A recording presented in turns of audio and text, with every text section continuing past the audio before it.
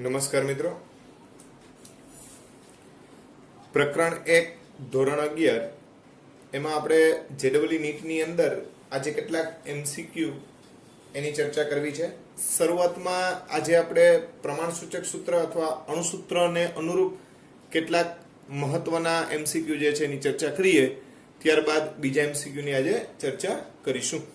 તો નાઇટ્રોજનનો એક ઓક્સાઇડ કે જેમાં નાઇટ્રોજનના 30.4% જેટલા છે, તો આ ઓક્સાઇડનું પ્રમાણ સૂત્ર અથવા પ્રમાણસૂચક સૂત્ર જે છે એ આપણે જણાવવાનું છે અને આપણને અહીંયા 4 વિકલ્પ જે છે એ રજૂ કરવામાં આવેલા છે. હા મિત્રો, જ્યારે નાઇટ્રોજનનો ઓક્સાઇડ કીધો છે એટલે સ્વાભાવિક છે કે નાઇટ્રોજન અને ઓક્સિજન આવા બે તત્વો એની અંદર રહેલા હોય. અહીંયા નાઇટ્રોજનના પર્સન્ટેજ આપ્યા છે 30.4%, માટે ઓક્સિજનના પર્સન્ટેજ 100 - 30.4 એટલો આપણે બાદબાકી કરીએ એટલે 69.6% જેવું આપણને ઓક્સિજનના પ્રાપ્ત થશે. બરાબર. હવે તમને સૂત્ર પ્રમાણસૂચક સૂત્ર તારવવા માટેની રીત ખબર જ છે કે આપણે અહીંયા તત્વ લખીએ છીએ. તત્વ એટલે અહીંયા નાઇટ્રોજન અને ઓક્સિજન, એના પર્સન્ટેજ લખીએ છીએ. તો કે ભાઈ 30.4% અને 69.6%. ત્યારબાદ એના પરમાણુ ભાર લખીએ છીએ તો નાઇટ્રોજનના 14 છે અને ઓક્સિજનના 16 છે.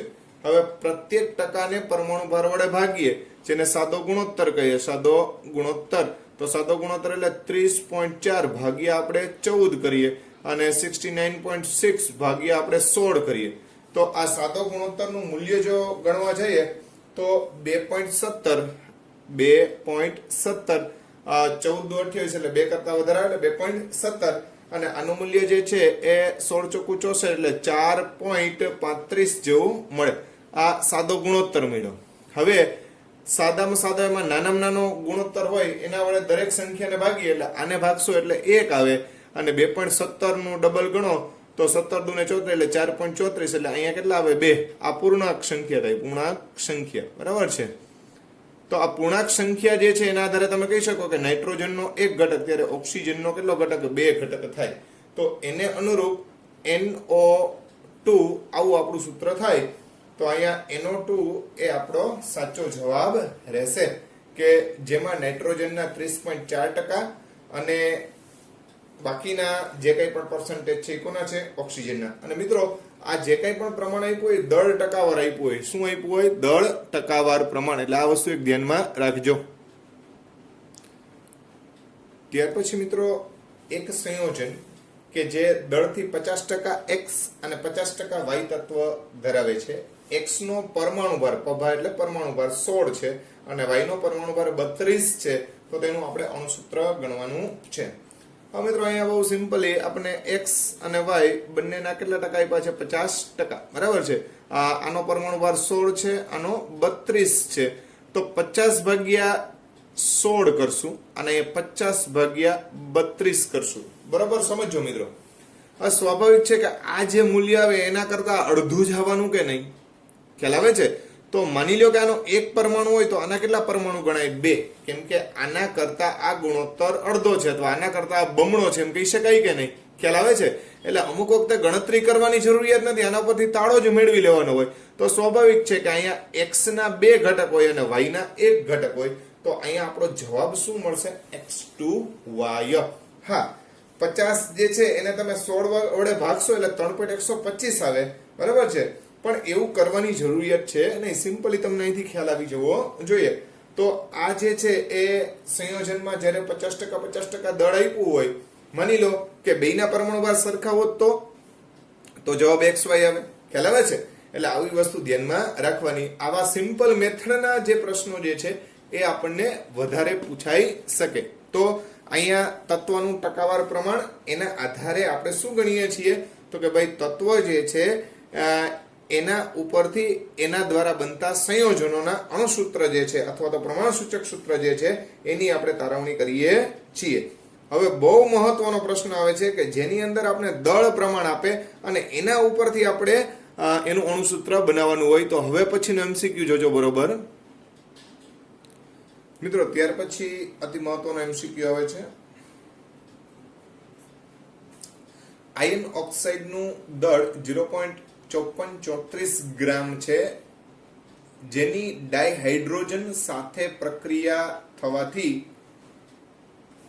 H2O દ્વારા, એટલે FeO હોય, માની લો કે FeXOY, એની જ્યારે ડાયહાઇડ્રોજન સાથે પ્રક્રિયા થાય ત્યારે Fe છૂટો પડે અને સાથે સાથે પાણીના ઘટકો છૂટા પડે. આ રીતની એક પ્રોસેસ થાય. તો પ્રક્રિયા થવાથી H2O દ્વારા 0.1210 ગ્રામ જેટલો ઓક્સિજન દૂર થાય છે. પેલા આયન ઓક્સાઇડ નું આપણને દળ આપી દેવામાં આવ્યું છે. અહીંયા આયન ઓક્સાઇડ નું દળ એટલે કે FeXOY નું દળ બરાબર 0.5434 ગ્રામ છે.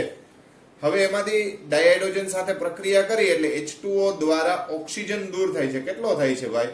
તો કે ભાઈ 0.1210 ગ્રામ O2 દૂર થાય છે. એનો મતલબ એમ થયો ને મિત્રો કે આપેલ સંયોજન જે છે એમાંથી ઓક્સિજન દૂર થઈ જાય તો બાકી જે વધે કોણ વધે? આયન વધે કે નહીં? તો જો આ બંનેની બાદબાકી કરીએ તો આપણને Fe મળી જાય. તો Fe નું દળ બરાબર 0.5434 ઓછા 0.1210. આ બંનેની બાદબાકી કરો એટલે 4 ના 4, અહીંયા 2, અહીંયા 2 અને અહીંયા જે છે એ 4, એટલે 42-24 ગ્રામ જેટલું આયન જે છે એનું દળ થાય. આ કોનું દળ થયું? Fe નું. હવે આના આધારે આપણે મિત્રો આ દળના આધારે આપણે પર્સન્ટેજ ગણી લે.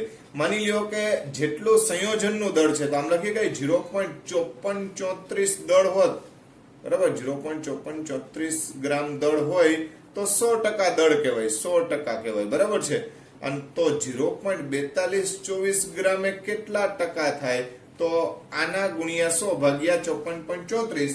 તો એનો જવાબ આપણે લેવા જઈએ તો આપણને જવાબ જે છે એ 77.73% જેવો મળે. 77.73% જેટલો મળશે. એનો મતલબ એમ થયો કે આયર્ન જે છે એનું પ્રમાણ કેટલું મળ્યું આપને? 77.73%.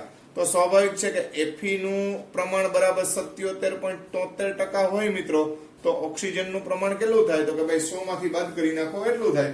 તો 22.27% જેટલું આપણને કોનું પર્સન્ટેજ એટલે કોનું પ્રમાણ મળશે? તો કે ભાઈ ઓક્સિજનનું. બસ હવે તો તમને ખબર જ છે કે ભાઈ Fe છે, O છે, Fe નો પર્સન્ટેજ છે 77.73, ઓક્સિજનના પર્સન્ટેજ છે 22.27. Fe નું દળ કેટલું હોય? પરમાણુ ભાર 56 હોય અને ઓક્સિજનનો કેટલો હોય? 16. હવે મિત્રો 77.73 ભાગ્યા તમારે 56 કરવાના, તો એનો જવાબ 1.39 જેવો મળશે અને આનો ભાગાકાર કરશો તો પણ 1.39 જેવો મળશે. આ જે છે એ સાદો પૂર્ણાંક થયો. આના આધારે એની સંખ્યા વડે ભાગીએ એટલે એક જે છે એટલે પૂર્ણ સંખ્યા થાય, પૂર્ણ સંખ્યા. તો એનો મતલબ એમ થયો કે જ્યારે એક Fe હોય ત્યારે ઓક્સિજન પણ કેટલો હોય? 1. એનો મતલબ એમ થયો કે આપણું સાચું સૂત્ર શું આવશે? FeO. તો મિત્રો અહીંયા દળ પ્રમાણ આપેલું છે એને પર્સન્ટેજમાં ફેરવી નાખવાનું અને પછી જે આપણે રેગ્યુલર મેથડ કરીએ છીએ એની મદદથી આ રીતે આપણે સૂત્ર જે છે એ નક્કી કરી શકીએ. તો આ વાત થઈ દળ ઉપરથી શું મેળવવાનું? તો કે ભાઈ આણ્વીય સૂત્ર. જે સામાન્ય સૂત્ર મેળવીએ છીએ એ જ રીત છે પણ થોડીક મોડિફાઈ કરેલી રીત છે, એટલે આ રીતે ધ્યાનમાં રાખજો. હવે મિત્રો ત્યાર પછીનો જે MCQ જે છે એની આપણે ચર્ચા કરીએ. એક ધાતુના નાઇટ્રાઇડમાં 28% નાઇટ્રોજનનું દળ પ્રમાણ છે.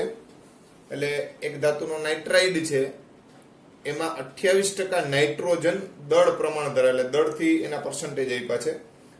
આ સંયોજનમાં ધાતુના 3 પરમાણુ હોય અને નાઇટ્રોજનના 2 પરમાણુ હોય તો ધાતુનો આપણે પરમાણુ ભાર ગણવાનો છે. શું ગણવાનો છે? પરમાણુ ભાર. આપણને ઓપ્શન આપવામાં આવ્યા છે 12, બી ઓપ્શન છે 22, સી ઓપ્શન છે 24 અને ડી ઓપ્શન છે 30. બરાબર છે. ધાતુનો શું ગણવાનો છે આપણે? પરમાણુ ભાર. હવે મિત્રો અહીંયા આપેલ સંયોજન જે છે એમાં નાઇટ્રોજનના પર્સન્ટેજ આપણને 28% આપ્યા. તો સ્વાભાવિક છે ધાતુ એટલે મેટલ, એટલે એમ લખું છું. મેટલ જે છે એ 100 - 28 કરશો એટલે આપણને 72% જેટલું થાય. ખ્યાલ આવે છે? બીજી વાત કે નાઇટ્રોજનના 2 પરમાણુ ત્યારે ધાતુના 3 પરમાણુ, એટલે આપેલ સંયોજનને આપણે M3N2 વડે દર્શાવી શકીએ. કેના વડે દર્શાવી શકીએ? M3N2 ખ્યાલ આવે છે. હવે માની લો કે આનો અણુભાર ટોટલ જે છે 100 ગ્રામ સંયોજન હોય, 100 ગ્રામ સંયોજન પર્સન્ટેજ છે, તો ત્યારે 28 ગ્રામ નાઇટ્રોજન થાય. બરાબર, 100 ગ્રામ સંયોજન હોય તો 28 ગ્રામ શું થાય? નાઇટ્રોજન થાય ને. બરાબર છે. તથા 72 ગ્રામ મેટલ થાય. બરાબર, આખું સંયોજનનું દળ 100 ગ્રામ હોય ત્યારે 72 ગ્રામ જે છે એ મેટલ એટલે કે ધાતુ થાય. આ ધાતુ છે. બરાબર છે. અને 28 ગ્રામ શું થાય? તો કે નાઇટ્રોજન થાય. તો સ્વાભાવિક વસ્તુ છે કે આ 72 ગ્રામ એ 3 પરમાણુનું દળ થયું. તો પરમાણુ ભાર બરાબર કુલ દળ ભાગ્યા પરમાણુની સંખ્યા. પરમાણુની સંખ્યા. તો મિત્રો પરમાણુ ભાર શોધવો હોય તો 72 ભાગ્યા કુલ સંખ્યા 3. તો 72 ને આપણે કેટલા વડે ભાગી નાખીએ? 3 વડે. તો 3 વડે ભાગીએ એટલે જવાબ શું આવશે? 24. તો આપણો સાચો જવાબ શું આવે? 24. તો આ રીતે પરમાણુય દળ અથવા પરમાણુ ભાર શોધી શકાય. અહીંયા પણ આપણને પર્સન્ટેજ જ આપવામાં આવ્યા છે અને એના આધારે આપણે આ ગણતરી કરેલી છે. ખ્યાલ આવ્યો? તો આ વસ્તુ ધ્યાનમાં રાખજો.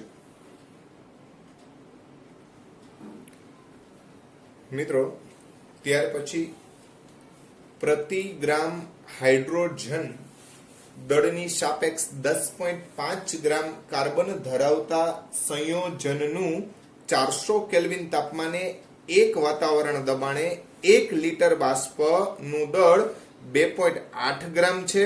તો આપેલ કાર્બનિક સંયોજનનું સૂત્ર જણાવો. આવો આપણને પ્રશ્ન પૂછવામાં આવેલો છે. તો મિત્રો આ બહુ ટિપિકલ પ્રકારનો પ્રશ્ન છે. બરોબર સમજો. એકદમ મસ્ત મજાનો પ્રશ્ન છે, જાણવા જેવો. અને તો મિત્રો અહીંયા આપણને પ્રતિ ગ્રામ H એટલે હાઇડ્રોજનનું દળ બરાબર 1 ગ્રામ લઈએ, 1 ગ્રામ, તો કાર્બનનું દળ 10.5 ગ્રામ થાય. હવે મિત્રો મોલ પ્રમાણ ગણવા જઈએ તો હાઇડ્રોજનના મોલ બરાબર 1/1 એટલે 1 થશે. કાર્બનના મોલ 10.5/12 તો 0.875. બરાબર. તો આ 1:0.875 જેવો રેશિયો કાર્બન અને હાઇડ્રોજન વચ્ચેનો થશે. બરાબર. તો મિત્રો તમને અહીંયા જો ખબર પડી જતી હોય ને તો તમને આ બે વિકલ્પ તો એમનેમ ડિલીટ થઈ જાય જો ખ્યાલ આવી જતો હોય તો. બરાબર છે. પણ આગળ આપણે જોતા જાય એટલે વધારે તમને ખ્યાલ આવશે. તો આ જે છે એ એના મોલ ગુણોત્તર એટલે આ એક પરમાણુ હોય ત્યારે આ 0.875 પરમાણુ હોય એવું આપણે કહી શકીએ.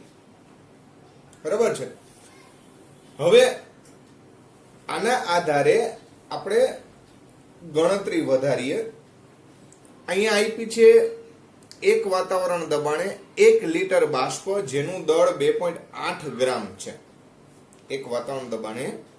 તો PV બરાબર nRT એના ઉપરથી આપણે આણ્વીય દળ ગણી લઈએ કાર્બનિક સંયોજનનું. તો N બરાબર મોલ બરાબર વજન ભાગ્યા અણુભાર. તો તમે અણુભારને કરતા બનાવો તો અણુભાર બરાબર આને કરતા બનાવી દો તો WRT upon PV સૂત્ર આવે કે નહીં? તો M બરાબર WRT. W જે છે એ આપણે 2.8 ગ્રામ જ્યારે લઈએ ત્યારે 0.082 એ R જે છે એ વાયુ અચળાંક છે.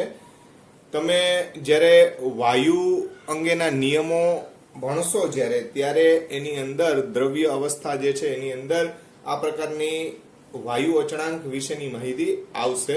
બરાબર છે. 0.082 તાપમાન T જે છે આપણને અહીંયા કેટલું લેવાનું કીધું છે? તો કે ભાઈ 400 કેલ્વિન તાપમાન લેવાનું કીધું છે. બરાબર છે.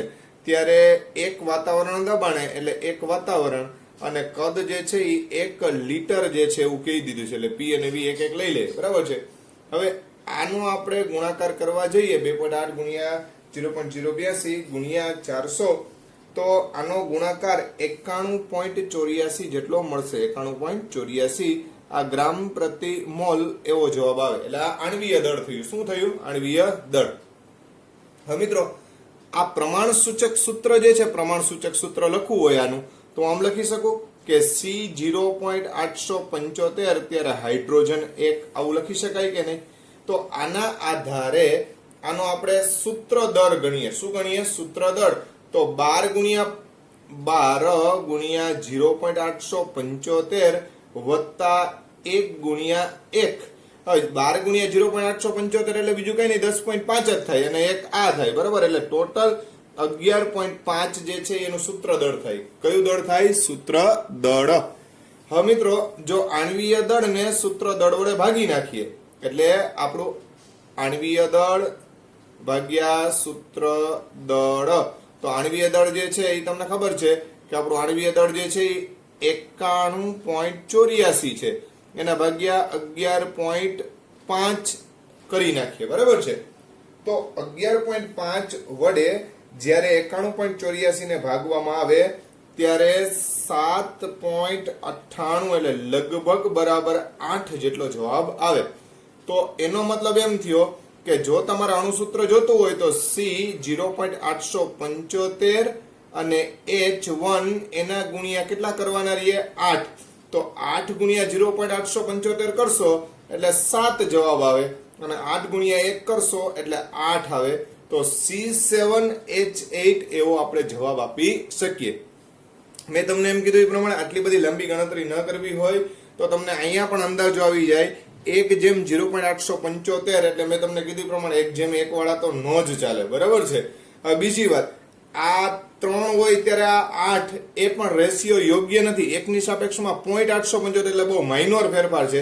એવો માઇનોર ફેરફાર તમને અહીંયા જ જોવા મળે છે, બીજે ક્યાંય જોવા મળતો નથી. એટલે મિત્રો આ રીતે તમે ગણતરી દર્શાવી શકો કે ભાઈ આપને જો એમને અંદાજો આવી જતો હોય તો આ રીતે પણ શોર્ટકટ થી તમે સમજી શકો. પણ આથી મહત્વનો પ્રશ્ન છે, ધ્યાન રાખજો કે જેની અંદર આપણે મોલ પ્રમાણ લીધું અને અહીંયા સૂત્રમાં 0.875 રાખીને જ ગણ્યો છે, બરાબર છે? રાઉન્ડ ફિગર આપણે એક લઈ નથી લીધો, બાકી તમને પરફેક્ટ જવાબ પ્રાપ્ત થત નહીં. હવે મિત્રો આપણે સૂત્રના અનુરૂપ MCQ જોયા બાદ હવે આપણે તુલ્ય દળના અનુરૂપ MCQ જોઈએ. તો કોઈ એક ધાતુનો ઓક્સાઇડ કે જેમાં 32% ઓક્સિજન રહેલો છે તો એ ધાતુનું તુલ્ય દળ ગણો.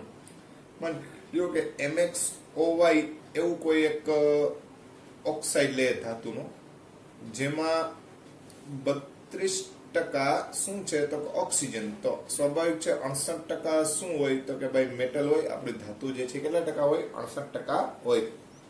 હવે મિત્રો ઓક્સિજનનું તુલ્ય દળ બરાબર એનો પરમાણુ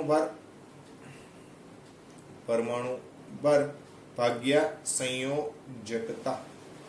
તો તમને ખબર છે કે ઓક્સિજનની સંયોજકતા -2, બરાબર છે?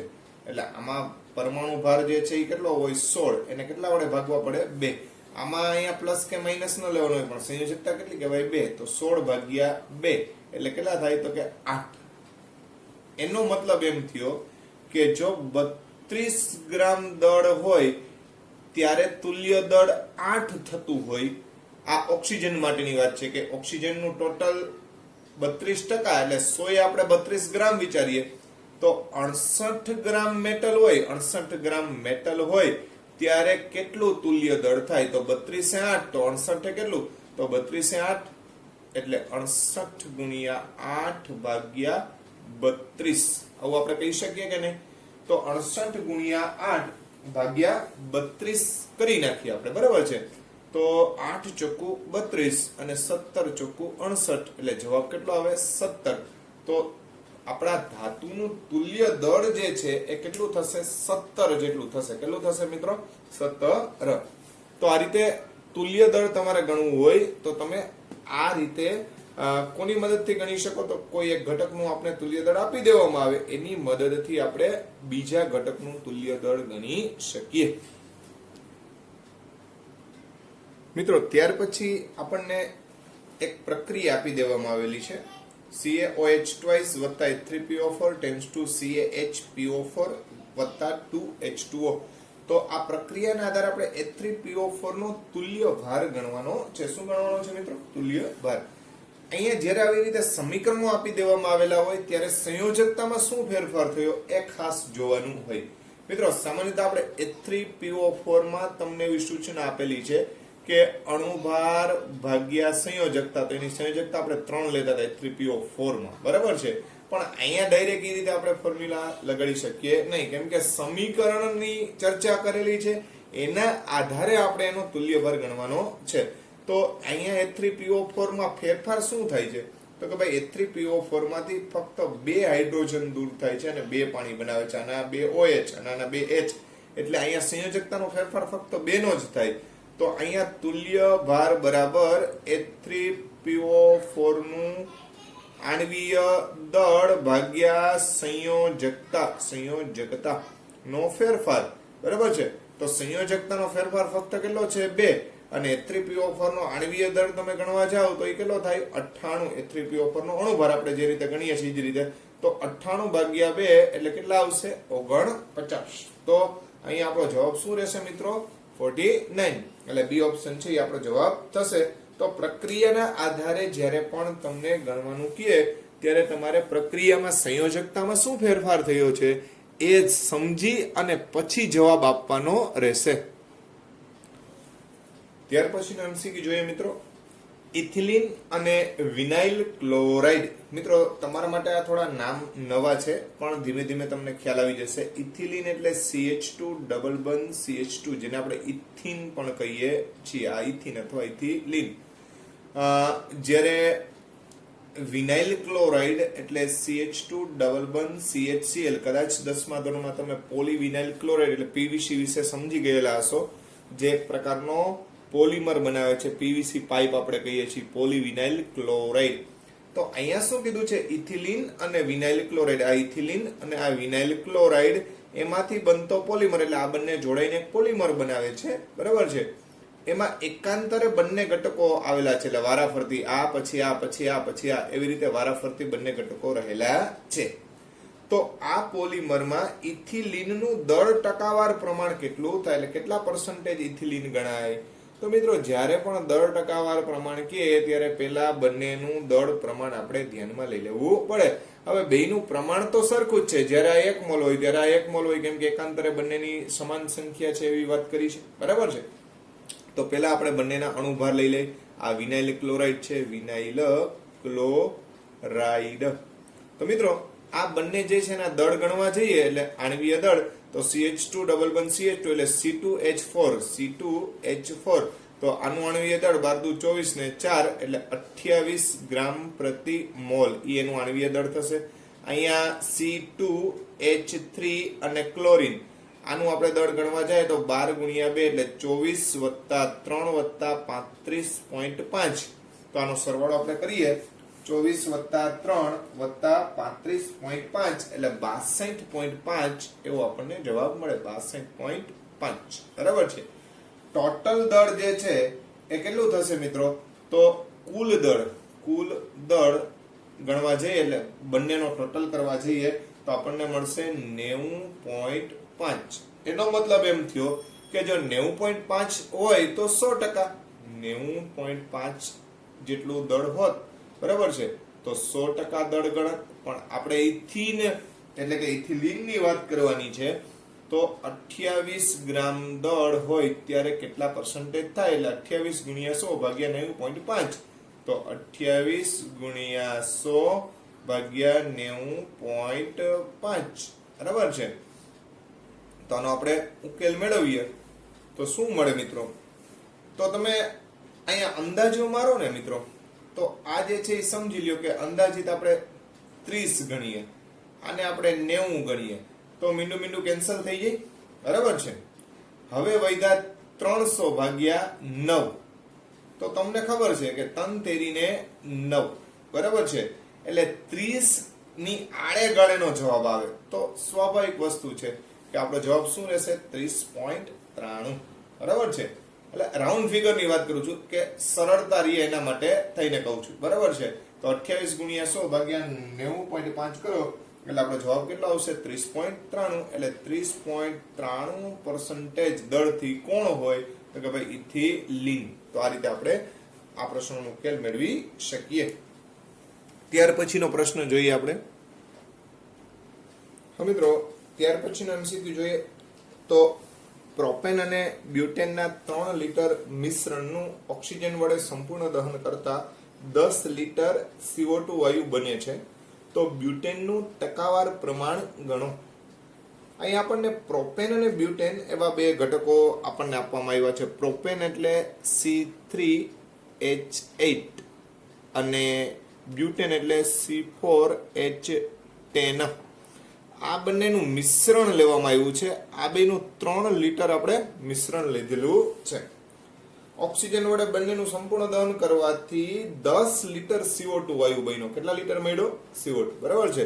તો મિત્રો હવે આપણા ઇન્ડિવિડ્યુઅલ આપણે આને ઉકેલીએ. માની લ્યો કે આ પ્રોપેન એની ડાયોક્સિજન પ્રક્રિયા થાય એટલે કાર્બન ડાયોક્સાઇડ અને પાણી પ્રાપ્ત થાય. હંમેશા કોઈ પણ ઘટક જે છે એનું કાર્બનિક સંયોજનનું સંપૂર્ણ દહન કરો ત્યારે તમને કાર્બન ડાયોક્સાઇડ વાયુ અને પાણીના અણુ પ્રાપ્ત થતા હોય. તો આ પ્રોપેન વત્તા O2 એટલે કાર્બન ડાયોક્સાઇડ અને પાણી ઉત્પન્ન થઈ ગયું. બરાબર છે. બેલેન્સ કરીએ. C3 એટલે આપણે 3 વડે ગુણી નાખીએ. અહીંયા H8 છે એટલે આપણે અહીંયા 4 વડે ગુણીએ તો 4 દુને 8. વધ્યા ઓક્સિજન તો 3 દુને 6 અને 4 આ બીજા એટલે 10 એટલે અહીંયા 5 મોલ આવે.